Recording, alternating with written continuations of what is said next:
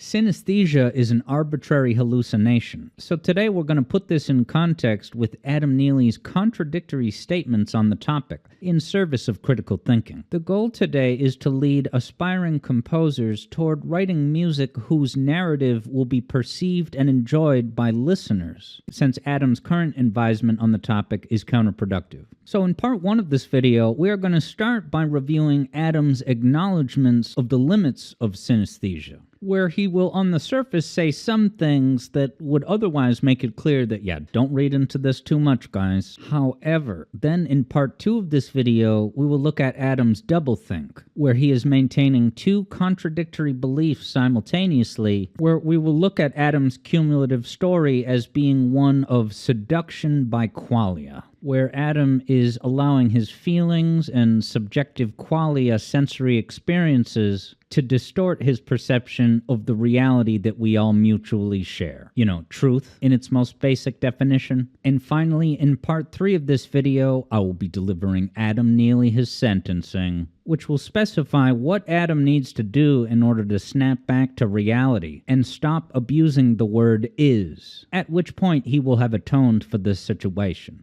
In that grand finale, we will also expose Adam's defensive bully tactics, which are unwelcome. So let's just jump right into it. Part one of this video, we will explore the ways that Adam acknowledges that he doesn't have some superhuman expert ability. That's like a sixth sense where he's decoding additional truth about the universe that is imperceptible to the rest of us. I'm going to establish an understanding of synesthesia as a sensory experience's false perception of things that aren't actually there. Which is to say, to use the classic example, someone sees the letter A, and instead of just perceiving the shape A, that also carries with it an association of identity of a color, such as red or whatever. Okay, now Adam has gone on record to say that the associations that manifest in synesthesia are not logical. That's a direct quote. He has also said that they are not useful. He has even described them as a fun pairing of senses. Right, and so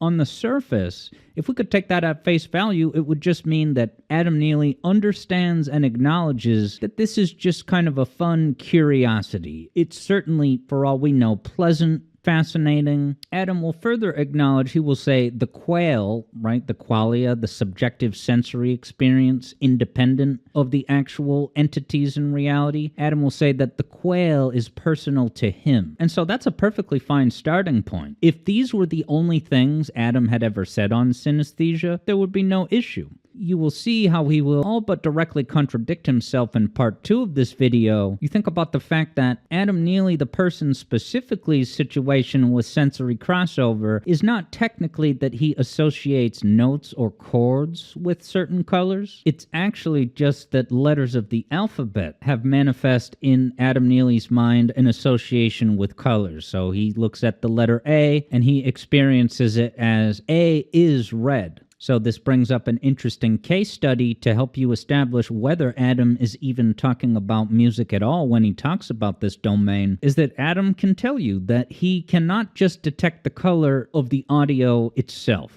And that's because Adam does not have perfect pitch. So he can't automatically tell what a note is just by hearing it. And so if he doesn't know that this note that you're playing is A, he's not going to experience it as red. He needs to be told up front, either by a piano or by a person telling him or the sheet music on the page, that the note is in fact A. So that should tell you right off the bat that everything Adam Neely experiences with synesthesia has nothing to do with music. Adam's condition is tailored specifically to letters, which letters themselves are an artificial construct made by people. So in that sense, even just associating colors with letters are a totally man-made construct. And so the perception of the world around him sort of blends into these man-made fanfics. So Adam Neely's situation associating colors with letters is essentially an involuntary classical conditioning. that took root at some point earlier in his life, and it always stayed that way. Red is always A. And so to draw the connection to classical conditioning, many of you may know the classic Little Albert controversial experiment where they used the case study of a baby who they classically conditioned to react negatively to just a tiny little mouse. They would show the baby a mouse and simultaneously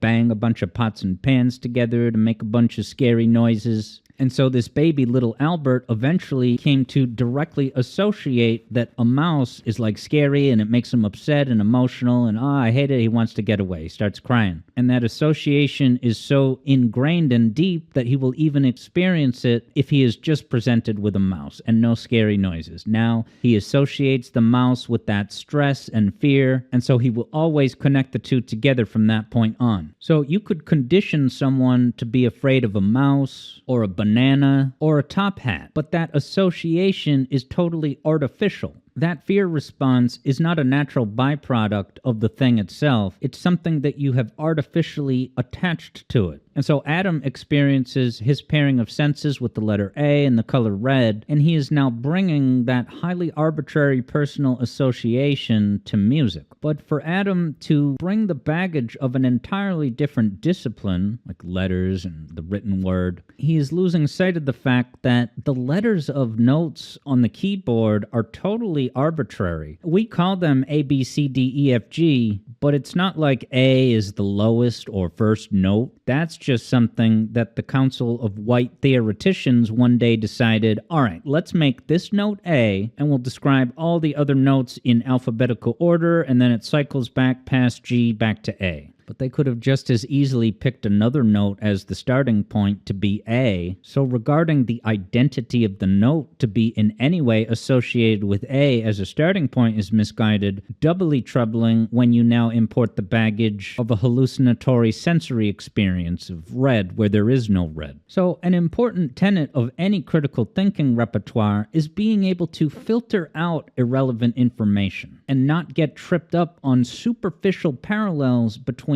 totally unrelated domains. So we're actually going to look at a quick case study that pretty much sheds light on Adam Neely's whole situation with this, with a case study of Bobby Bacala getting tripped up and fretting upon unimportant, arbitrary details of language and mistaking that for meaning that is actually truly reflected in reality in the real world. So the name of this is Bobby Ponders About Quasimodo. Here we go.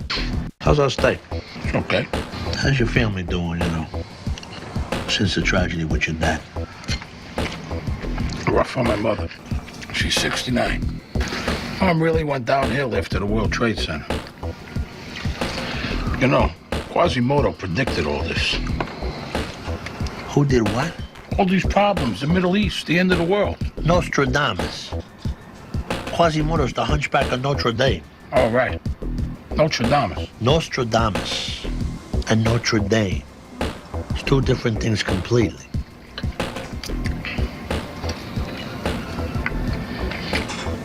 It's interesting, though, to be so similar, isn't it? Then I always thought, okay, hunchback at Notre Dame. You also got your quarterback and your halfback at Notre Dame. One's a fucking cathedral. Obviously, I know. I'm just saying. It's interesting, the coincidence. What? You're going to tell me you never pondered that? The back thing with Notre Dame? No.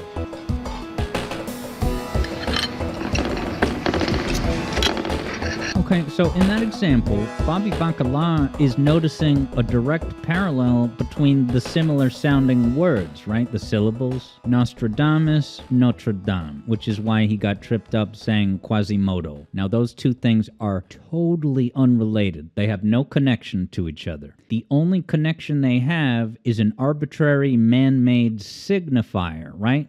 A word is just a signifier. It points you to the thing itself that you're talking about.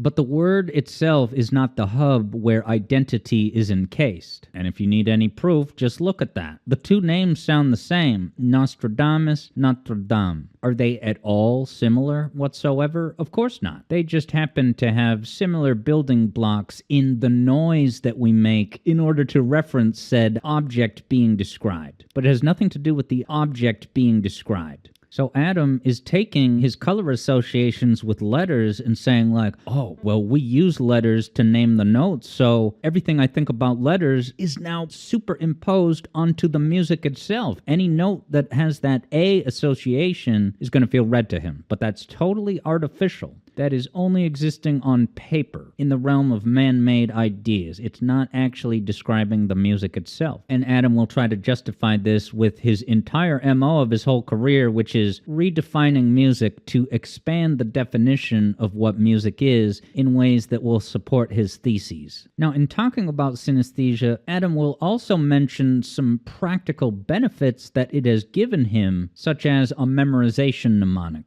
Because Adam associates colors with notes on the fretboard, it's easier for him to visualize the fretboard and what he wants to do because he can sort of imagine colors spelled out on the fretboard. Now, while that may help you in the moment to jam or do a live performance, that is, at absolute most, a means to an end. A practical trick of the trade behind the scenes, but having no bearing on the music itself that will be experienced by others, right? Like when I went back to school for medical coding, I had to use mnemonic devices like this in order to memorize medical terminology like bradycardia. That thing where your heart beats too slow. And so I thought, how can I memorize this word out of thousands of words I need to memorize the definition of? Well, I honed in on the fragment Brady, and I was like, oh, like Tom Brady. And then I pictured Tom Brady running on the football field in slow motion. And so for that point on, I can easily remember what bradycardia is, because I see the word fragment Brady and I think, oh yeah, Brady running in slow motion, slow heartbeat, perfect. But Tom Brady has absolutely zero to do with the condition of bradycardia. That's just an artificial incidental parallel that I have identified in order to help with a memory association.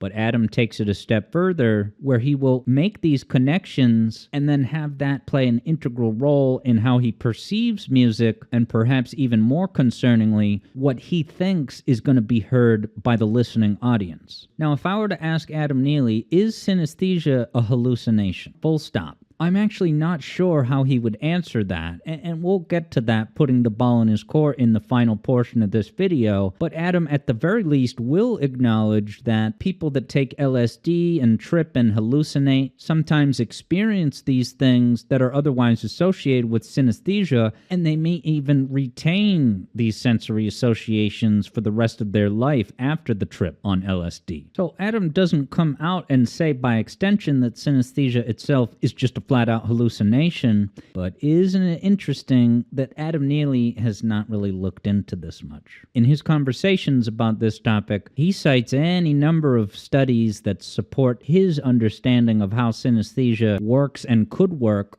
but when it comes to the connection with LSD hallucinations, okay, he just never looked into that to get more info. That seems a little bit deceptive, that he's presenting a limited slice of information as to what constitutes the synesthesia scenario. Now, interestingly, I almost wonder if he's reluctant to look further into LSD research because he may be forced to acknowledge that it's purely a hallucination of color sensory perception that is not connected to anything happening in reality, in the real world. Now, if you were to talk to Mayim Bialik on this topic of synesthesia, you know, Mayim Bialik, who played the role of Sheldon Cooper's sexually motivated girlfriend, she will get a little bit more defensive and say, like, yes, some people have synesthesia when they take LSD trips, but that's a totally separate thing. You can almost feel the nervousness in her voice saying, no, synesthesia, similar symptoms experienced in LSD, that's a separate thing. We're talking about synesthesia. But then she doesn't provide any details on how they're different or anything with that. So it starts to feel like she is really just pandering to the synesthesia lobby to say, I see you, you should feel seen, you're not just hallucinating, live your truth. I would love to see Adam Neely and Mayim Bialik talk candidly on camera with no place to hide, reckoning with the factor of the hallucinatory element of associating colors with sounds, because all sorts of those sensory crossovers are extremely common with LSD scenarios, and furthermore, That's just a thing that the brain does. In fact, I have come across indications that young babies in their early phase of development all experience synesthesia in some form at that early age, and that it's something that naturally occurs, but you gradually grow out of it as your body matures. And that the 4% or however much of the population that has synesthesia, the reason they have it is because their neurons didn't fully separate the way that they're supposed to by default at the end of early childhood. And so that's an interesting aspect in itself, whether that childhood synesthesia that apparently most babies do experience in some form, is there an evolutionary advantage to that, or is that just a totally incidental emergent phenomenon? You know, another thing that is experienced by young children that you typically outgrow is speaking your thoughts aloud, right? Verbalizing your stream of consciousness thought process. That's something that children do, and they eventually grow out of it. Whereas some people will continue into adulthood verbalizing their stream of consciousness thoughts out loud, regardless of how many other people are in the room trying to focus on their own work. So it being a carryover vestigial structure from the emergent phenomena of an infant's developing brain process, Adam will acknowledge this and the connections to LSD hallucinations. And if these things were the only things Adam ever said, you could walk away from it having a sense that, yeah, Adam has a reality-based grip on what synesthesia is, what it represents in reality. However, Adam then proceeds to open his mouth on numerous occasions and reveal that he maintains contradictory beliefs about what synesthesia is and what it does or doesn't represent in the real world. And the biggest, most recurring critical example of this is Adam's misuse of the word is. You know, is. That's an important word. You really don't want to get the use of that word is wrong, because that very simply means to exist in reality, in our shared, objective, externally verifiable reality. So one almost gets the sense that Adam Neely acknowledges all those practical limitations of what synesthesia is that were mentioned in Part 1, because if he did not acknowledge those, he would be seen as a bit of a loony who's got his head up in the clouds of his own internal mind fanfic fantasy world. So it's almost like he makes these concessions reluctantly, but then indulges his thought process that reveals that he's very clearly clinging to a belief that synesthesia is more than just an arbitrary emergent phenomenon. And all you need to do is look at his choice of words. In his synesthesia video, he will say with particular gusto that, oh yeah, different people have different color associations with certain notes, and so there are musicians who will strongly disagree that this note is red versus green. And why I find this frankly disturbing is that Adam Neely would present this and say, yeah, these two different musicians strongly disagree about what color it is. It's like, whoa, hold on. There's nothing to disagree about. If you are having a passionate disagreement, that's misguided, because the most that you can say is that A is red in your head. You could only have a disagreement about something like this if you are asserting that that sound wave in reality is itself red or green. There should be no practical reason for two people to ever disagree, right? You can't say, I disagree with you. I think this note is blue. The most you can say is that it's blue in your own head. So the fact that you would so passionately entertain these thought process of disagreement, right, we're barely into part 2 of this video, and that has already revealed that you are not just writing this off as an arbitrary incidental circumstance. So now let's look at a pull quote from the mouth of Babes himself, Adam Neely the Hedgehog. I think of the synesthesia as like just another layer to it because it's personal. That's the best thing about synesthesia, like the most interesting thing, I think, is that the specific color associations are not logical and they're different for everybody who has it. So for somebody else, their G might be green. I think they are completely wrong because G is very clearly a brown note. Brown note. Right, so time out. I'm writing you a ticket, Adam Neely. You are expanding your egocentricity and expecting the entire world to play along. How can you maintain this belief that you can't disagree that the note is red or green, because the most you can say is really just the neurons firing in your own specific, unique brain? Why are you wasting breath to passionately disagree with people because they say this note is in fact this other color. I feel like I'm watching two flat earthers go at it with this. It's irresponsible and shameful to indulge this thought process and express even an ounce of exasperation that someone else's arbitrary color associations aren't aligned with yours. It starts to give a very unfortunate impression that Adam Neely is totally buying into the school of thought that these color perceptions are actually seeing deeper into reality, perceiving attributes that are imperceivable for most people, that he has this increased, evolved, extrasensory perception, and that just maybe, if lots of different people can have lots of different color criteria for things like letters or notes, that maybe deep down, one of them is correct. And that there can be so much disparate data between different synesthesiites that it's because it's a newly emergent phenomenon and, we're not fully evolved yet. But Adam, in his exasperation, betrays his insistence that he has the true monopoly on actual perception of this or that letter. So, for another unfortunate crossing of wires, one of the co-hosts of that podcast episode about synesthesia was talking about the band The White Stripes and how they have their presentation visual color scheme primarily centered around the three specific colors of red, white, and black.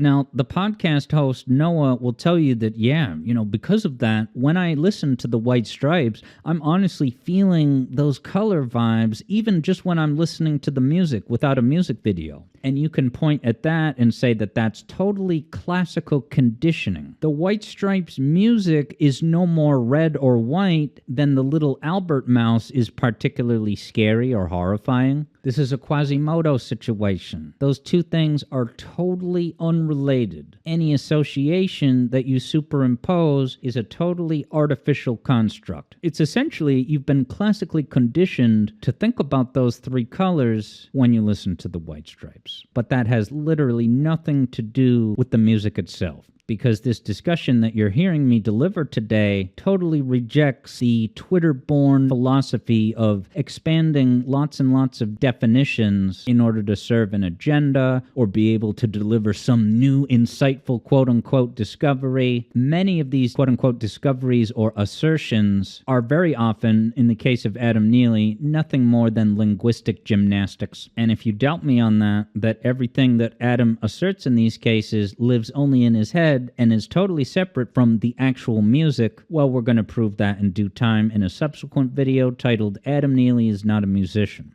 He's in fact a mixed media Sudoku specialist, which overlaps with music in some important ways, but it's not the same thing. It requires reading prerequisite prequel comics. Suddenly that's a mixed media presentation. Now, the way that Noah said it almost at least sort of acknowledges that it's an artificial association with those colors, totally divorced from the inherent properties of the music. However, Adam Neely proceeds to open his mouth and take it a step further. Listen to this. Brace yourselves. Oof, I'm not looking forward to this clip.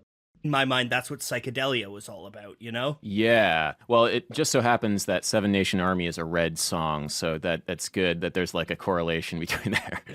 It's a very A minor is such a red, but that's interesting because there's such a. This is painful. He abused that word "is" again, right? What's the word? Not arrogant, but he is so conceited and egocentric in his monopoly on the truth that he is using that word. He's just flat out saying Seven Nation Army is a red song because A minor is red. Now, I'm recording this in the studio, and I got the live audience on the other side of the plexiglass, and I can see their chats. The third Bruno says, wait, Adam is associating colors for entire keys, not just individual notes? He will in one breath say that, when I look at this triad, the three notes sort of resemble the Cameroonian flag. And it's just another Quasimodo, Nostradamus, Notre Dame situation. The fact that he would invoke the Cameroonian flag borders on disturbing. Why is he presenting this information with the same gusto and delivery of any other objective things that he might report on or conclude? And the third Bruno adds to that, all Adam Neely needs to do is add the phrase to me before is, right? Adam would just need to say, Seven Nation Army is red to me. But he is overtly acknowledging that he just says, no, it is red. It's two simple words, to me. It's not complicated. Okay, so let's identify the slippery slope that Adam has created with this abuse and widening of the word is. If the world worked according to Mr. Adam Neely, then Adam Neely would need to go to every college campus and make sure that the Asian American Club include Caucasian white people among the scholarship recipients because they identify as Asian. And if you ask them, by all appearances and by any objective metric in the shared objective reality of ours, you're just a white dude. And this white dude will say, no, but you got to understand, when I'm thinking about my identity in my mind, if you ask me what is my race, I will feel it as clear as day. It's so clear to me. It says, I am Asian. But that's not happening in reality. That's a qualia exclusive. So you need to be a responsible adult and acknowledge that even if your heart and soul is heavily pushing this understanding of your identity and reality, or the idea that a certain note is, quote unquote, a certain color, any responsible adult would man up and say, that's a qualia exclusive. Recognize that although it seems perfectly convincing, even synonymous with your experience of what reality is, it's a brain neuron synapse exclusive.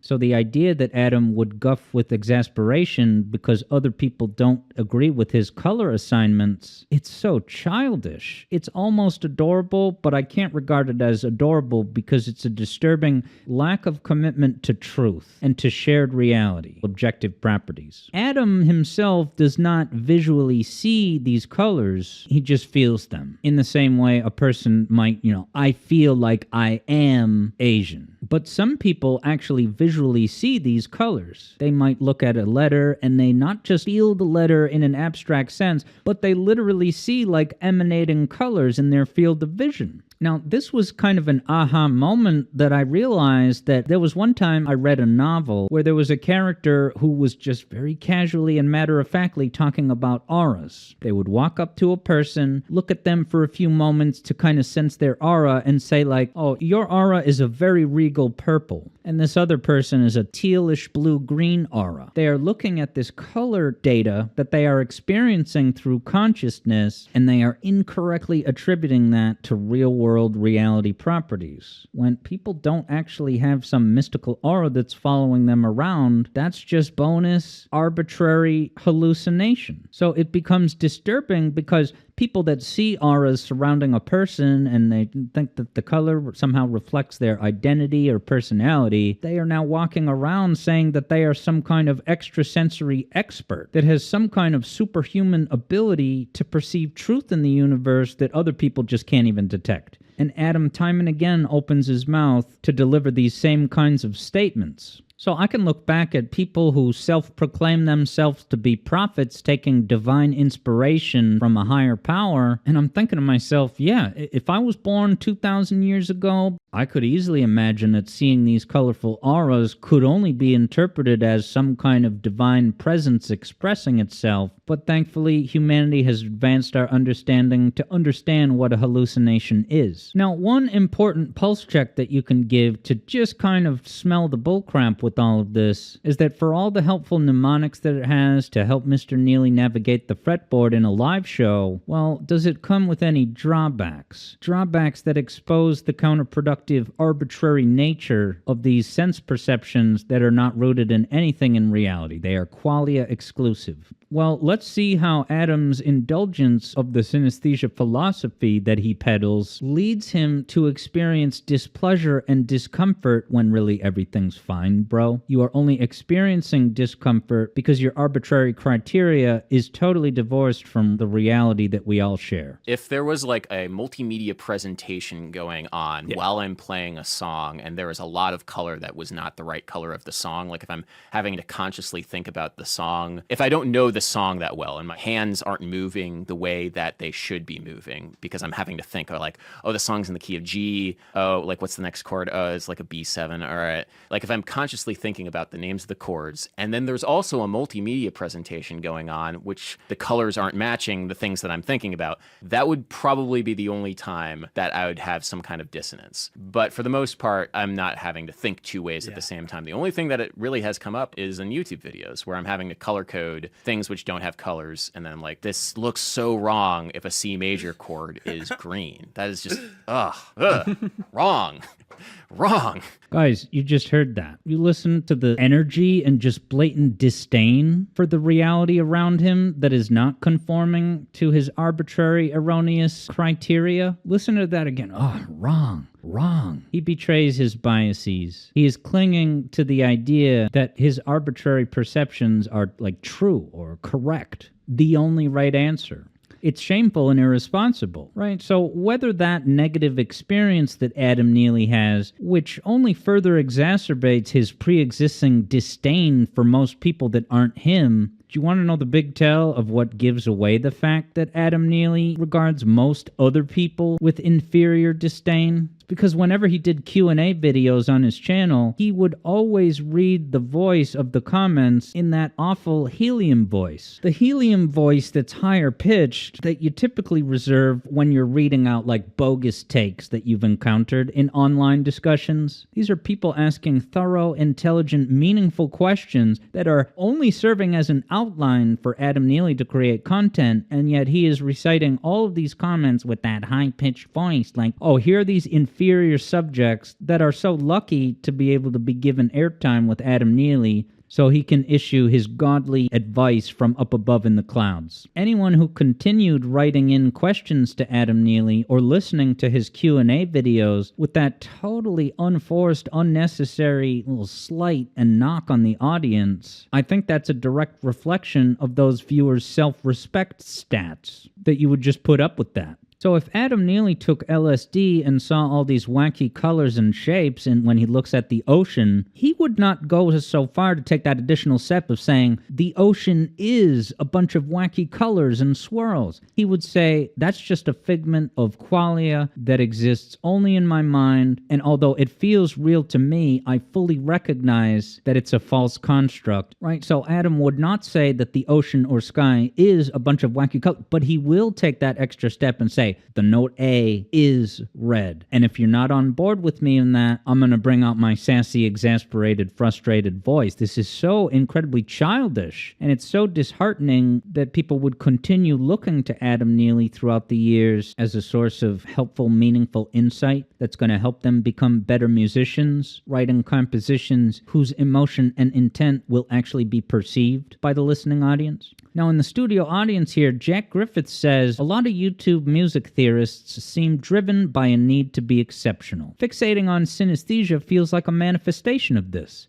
It implies that there's a secret world of sensation that's only available to you, and that separates you from others. I couldn't have said it better, Jack. He is clinging to this potential secret insight he has on the truth of the universe. And while he will in one breath acknowledge that it's not logical, even not useful, in retrospect, you look at those statements and it's almost like he's saying those things because someone has twisted his arm into doing so. And when I say twist his arm, it's just a matter of a practical need to not be exposed as a total fool about this, indulging his qualia exclusive whims. Now, building on what Jack just said, I wish we were done, but there's more examples of Adam spending an enormous amount of mental energy pursuing these leads. He is trying to find a reality-based connection. Let's take, for instance, the off-sided study of Booba and Kiki. Across all cultures and all languages, when subjects are asked which shape is Booba and which shape is Kiki, Kiki is almost always identified as the shape on the right, and Booba is identified as the shape on the left. Our cross-modal perception of the sharp consonants in the word Kiki, Kiki, tells us that the spikier lines of the shape better suit that word than the rounder sound of Booba. Booba. Cross-modal metaphor is everywhere in language, especially when it comes to musical ideas and concepts. So one way that Adam Neely will try to open your mind to be willing to entertain these ideas, he will say, listen, my synesthesia and other synesthetes is its own unique phenomenon that most people don't experience, but Adam will then say, well, hold on, actually, most people already experience music in a metaphorically synesthetic way. Right? Adam really loves to cite the example of how any normal person will nonetheless use terminology, perhaps metaphor, to describe a sound as sharp. So Adam will say, see, that's just a loose metaphor association, and for me to associate colors with sounds is the same thing. Well, no, that is a very disturbing false equivalency that will be debunked right now. Calling a sound sharp is an apt metaphor. You say a sound is punchy or it's flat. All of those metaphorical descriptors are an apt metaphor that applies to the objective properties under review. Adam Neely will further cite the Booba versus Kiki example. Those are two totally separate things, Adam. Nostradamus and Notre Dame. The Booba and Kiki thing is totally different from Adam Neely's color synesthesia, is because with the Kiki thing, the K sound k does identify an actual correlation of identity. People can say that that shape is Kiki because that sound k is a sharp and sudden sound compared to the more booba. It sounds like blah, blah, blah, right? There is a tangible reality-based connection between the two. So Adam is presenting this and saying, like, see, we have these cross-sensory associations, and Adam just quickly wants to hope you accept that color synesthesia is just operating by those same rules in the same domain. It's totally different because, unlike the Kiki example, there is no fathomable reason why red would have any association to the letter A, never mind the note A. They're totally arbitrary and different, and you know that, as Adam will acknowledge in the first breath, totally different between people. Not logical. But then Adam is going to turn around and try to pursue these threads with zeal. And so this is really just a symptom of Adam's entire brand angle, which relies on, like we said, those expanded definitions and the new theses that can get attention as afforded by those conveniently expanded definitions. Now, Adam absolutely loves to tell you about the way we describe notes as high or low. That, too, is just a language-based thing that's not really describing inherent properties of the music itself. He will point to some languages where, when they talk about music, instead of describing notes' relative pitch as being higher or lower, they will instead describe what we call lower notes as fat or thick, and higher-pitched notes as thin. And so he says, look, other people apply these metaphors and cross-modal sensory associations, and color associations are operating in the same domain. So I'm calling BS on that right now. Even if those other languages do describe notes in terms of fat or thin, I have no problem believing that. Are you telling me that if you pull up their sheet music, instead of having notes go up and down on the page in the contour, am I instead going to see notes all aligned in a perfect horizontal row, and then the notes get thicker or smaller based on their pitch? That's ridiculous. I would bet $5 right now, without even looking it up, that any and all languages that use that fat or thin terminology where we would use high or low, their sheet music is still going to very intuitively show the upward and downward motions. So for Adam to say there's actually nothing inherently higher or lower about notes the way we describe them, well, time out, sugar. You want to know what's higher or lower about this or that note? The frequency. All a note is, this note is different from that note, is because the frequency is a higher or lower number. That's a reality-based correlation. When you have an economic report of gross domestic product, the higher the number goes, the more the little line climbs up the graph. It's pretty straightforward. That's not a loose, arbitrary language metaphor. More frequency, right? Hertz. Higher note. It's not complicated. It's quite intuitive. Adam tries to tell you that the high-low thing is an arbitrary metaphor, and so we should accept his color associations too. So Adam would need to provide evidence of like sheet music with the notes on the page getting fatter or thinner, because until he does, his comments on the topic will just be regarded as his internal ivory tower fanfic. He is trying to blur the lines, expand the domain in ways that there's no gray area with what we're talking about. There's nothing about the colors that Adam feels, they're just a feeling, that is in any way informed by anything happening in reality. Adam will try to tell you that synesthesia may be related to perfect pitch itself. That's a false equivalence. Pitch is something that everyone can agree upon. There's no disagreements or philosophical dilemmas about this. The fact that you're having this philosophical angst about other people's colors not aligning with yours should send you a clear signal that this is a brain-only phenomena. So what we're going to hear Adam say now as we're wrapping up is the most blatant, egregious example. So brace yourselves for this clip, people. There's a presentation I gave like a couple years ago where, if you think about what sound is, right? It's vibrations in air, and you can measure like how fast that vibration is, and that's hertz. So A is 440 hertz. And then what you can do is you can calculate, all right, well, an octave above A is twice that. So it's not 440 hertz, it's 880 hertz. So if the air vibrates 880 times per second, that's also an A. And then you can keep multiplying that number times 2 higher and higher and higher. So 1760 hertz is also A, and times 2 and times 2. And you can just keep making that number higher and higher until it's outside of the sonic spectrum. So you can't hear it, but it's still A. The wavelength is still vibrating, but you just can't hear it. And if you multiply it enough times, like over and over and over again, you can get into the visible light spectrum in theory.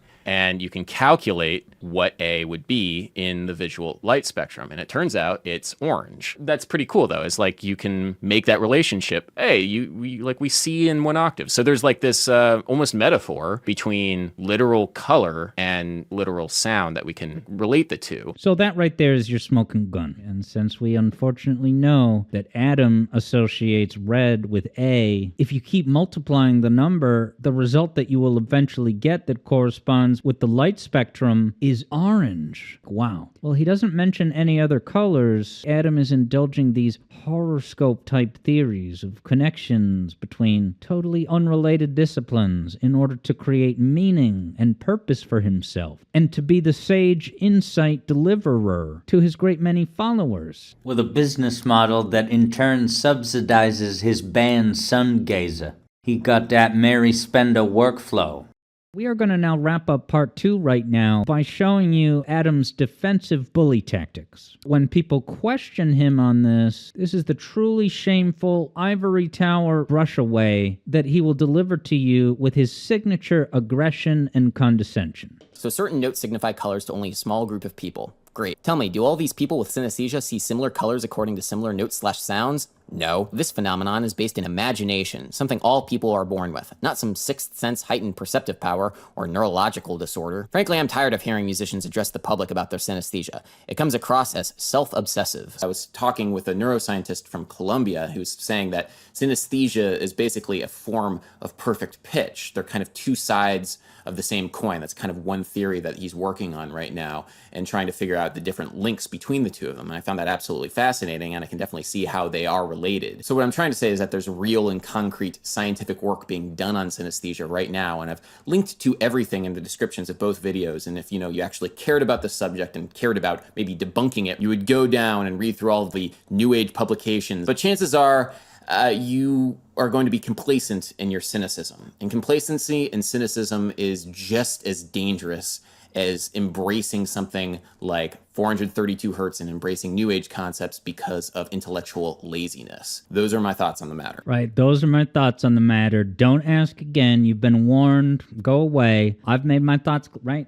So that clip is offensive and jarring for him to, first of all, strawman the person asking the question. No one is doubting that you experience these qualia. All that they are saying in the question is that if this is a qualia exclusive, why do you continue describing it in terms of things that are occurring in the real world? Tetrachromacy is actually perceiving more granular shades of colors than most people are, but everyone who has tetrachromacy would agree on those specific subshades. Birds have tetrachromacy, which helps them become better hunters because they can perceive more granular shades of their prey or of prosperity. prospective mating partners. That's real-world data perceived. Adam's situation is just a jamboree of unrelated ideas. So you listen to the very defensive disdain, and it's almost like he's starting to get nervous. You feel that Mayan Bialik sense of like, no, LSD and synesthesia are totally different things. She might as well say, how dare you try to belittle synesthesia as just some hallucination. But it's setting a horrible precedent that he would upload a slice of permanent content like this with such a warped misrepresentation of the question asked. So for you to then scold and berate your audience as if they are saying something indecent and doubting the truth of what you're saying, no one's doubting the truth of your qualia. If you say it's personal, why are you extensively describing it in non-personal terms? To just kind of brush it all away and say, you guys aren't thinking critically. All the scientific journals are reviewing this. Yeah, they're reviewing the neurons, the brain, not the sound waves themselves. Not coming up with all these potential horoscope theories connecting the frequency of sound to have any tangible, real scientific correlation to colors.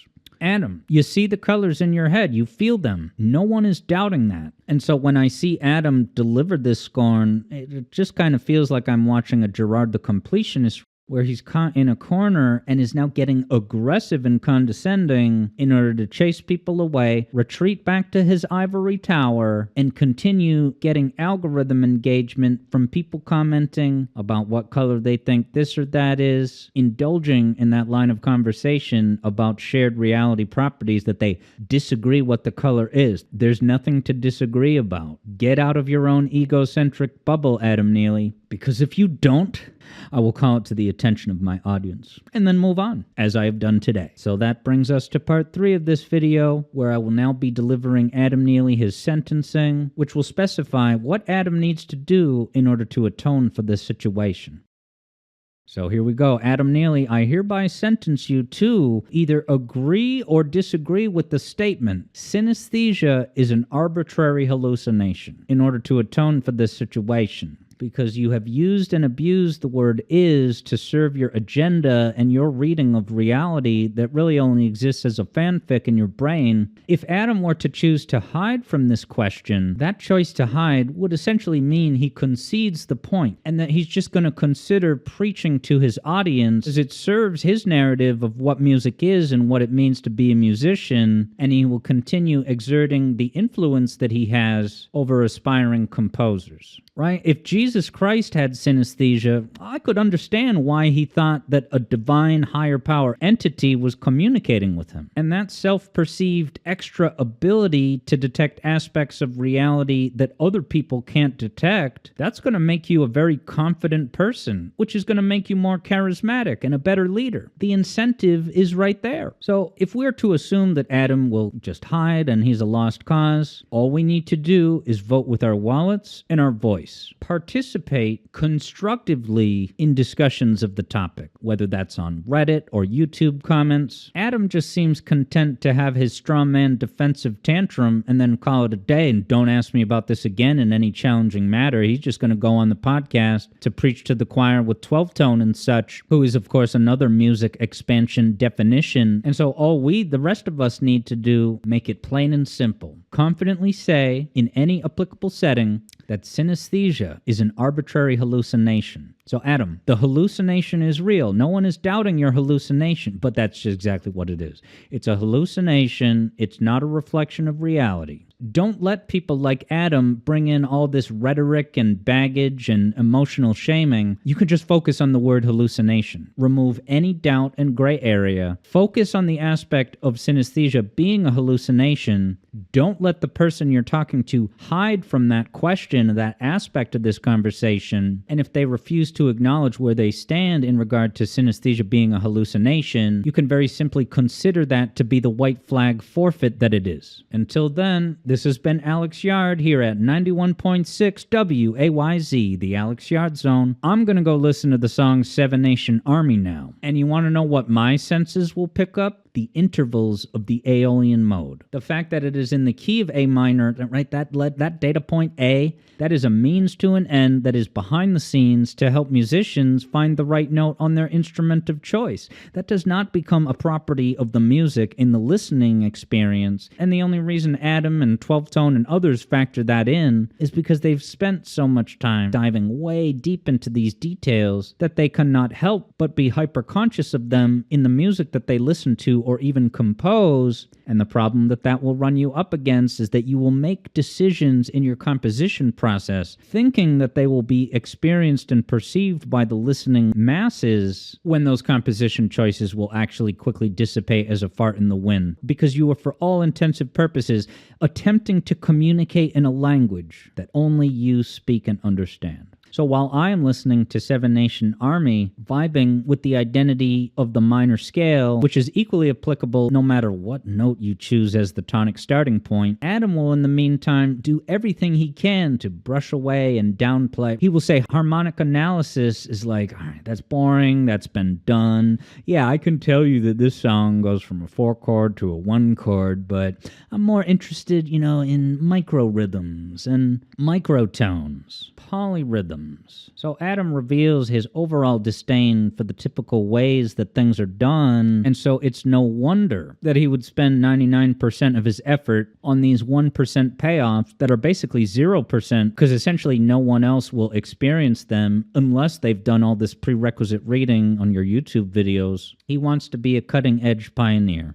He wants to deliver exclusive insights that you can't get anywhere else, so you come away at the end of the video reinforcing the Adam Neely brand of, wow, that's pretty amazing the way Adam connected all those ideas together. I can't get these kind of insights anywhere else. Recognize snake oil when a salesman is trying to get you to purchase it, people. Think critically. And if there is any lingering doubt in the listening audience right now that Adam's overzealous pursuits on these infinitesimally important details are just a futile dead end that are a tree that falls alone in the woods with no one to hear it, I will subsequently substantiate this idea with the words of Adam Neely himself in a subsequent installment in this video series, Debunking Adam Neely. Look at that side boob. Check out this side boob. How about that side boob? That turn you on? Booba. That's my side boob. Good night, everybody.